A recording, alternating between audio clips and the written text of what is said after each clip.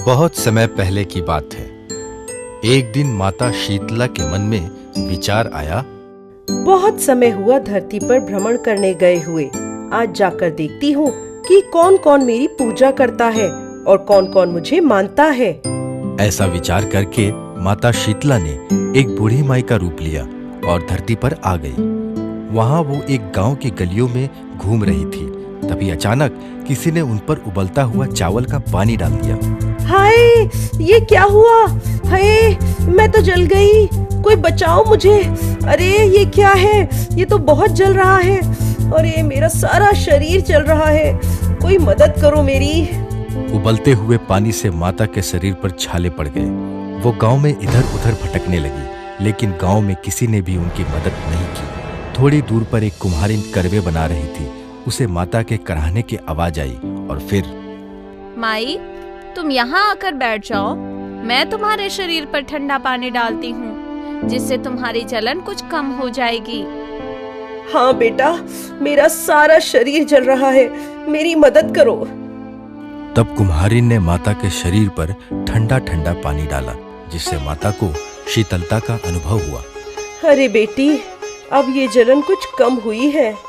मेरे पास रात की बची हुई कुछ राबड़ी और ठंडी रोटी रखी है, मैं तुम्हारे लिए लाती हूँ, तुम वो खा लो। बेटी, तूने तो मुझे शीतल कर दिया। अब मेरा एक काम और कर दे, मेरे सिर में जूं निकाल दे। हाँ हाँ माई, क्यों नहीं। आओ यहाँ आकर बैठ जाओ, मैं तुम्हारे जूं देख देती हूँ। जैसे ही कुम्हारिन ने माता का सिर देखा तो वो डर के भागने लगी। क्या हुआ बेटी, भाग क्यों रही है? आप कौन है माता? आपके सर के पीछे मैंने एक आंख देखी है। तू डर मत, मैं कोई भूत प्रेत नहीं हूँ, मैं शीतला देवी हूँ। उन्होंने अपना असली रूप धारण किया और पृथ्वी पर आने की सारी बात कुम्हारिन को बताई। सारी बातें जानकर कुम्हारिन रोने लगी। तू रोती क्यों है बेटी? माता, आप मेरे घर आई और मैंने आपको बासी रोटी और ठंडी राबड़ी खिला दी। ऐसा मत सोच, तूने तो मुझे ये सब खिलाकर शीतल किया है। माता, मेरे घर में तो चारों ओर दरिद्रता है, मैं आपको कहाँ बिठाऊं? ना तो मेरे घर में चौकी है और ना ही कोई आसन है। कुम्हारिन की बातें सुनकर शीतला माता उसके घर के बाहर खड़े गधे पर बैठ गई और झाड़ू दलिया लेकर कुम्हारिन की दरिद्रता को झाड़कर फेंक दिया। बेटी, मैं तेरी सच्ची भक्ति से प्रसन्न हूँ, तू जो चाहे मुझसे मांग ले।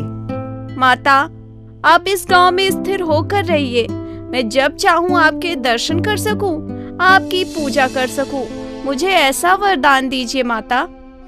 तथास्तु, तेरी मनोकामना मैं पूरी जरूर करूंगी। आज के दिन जो भी व्यक्ति मुझे ठंडे जल और ठंडे भोजन का भोग लगाएगा और मेरी पूजा करेगा, मैं उसके घर की दरिद्रता स्वयं दूर करूंगी। इस करवे का जल ले और अपनी झोपड़ी पर छिड़क लेना। कल सारी नगरी में आग लगेगी, लेकिन तेरी झोपड़ी नहीं जलेगी। ऐसा कहकर माता अंतर्ध्यान हो गई और कुम्हारिन ने माता के कहे अनुसार ही किया।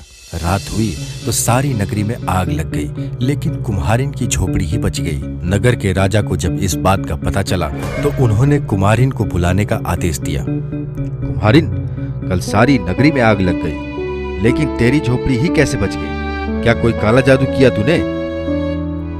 नहीं राजा साहब, कोई काला जादू नहीं है, मुझ पर तो शीतला माता की कृपा हुई है। ऐसा कहकर कुम्हारिन ने शीतला माता की कृपा की सारी बातें राजा को बता दी और फिर राजा ने यह ऐलान कर दिया, अब शीतला अष्टमी के दिन किसी भी घर में चूल्हा नहीं जलेगा और माता को केवल शीतल भोजन का ही भोग लगेगा।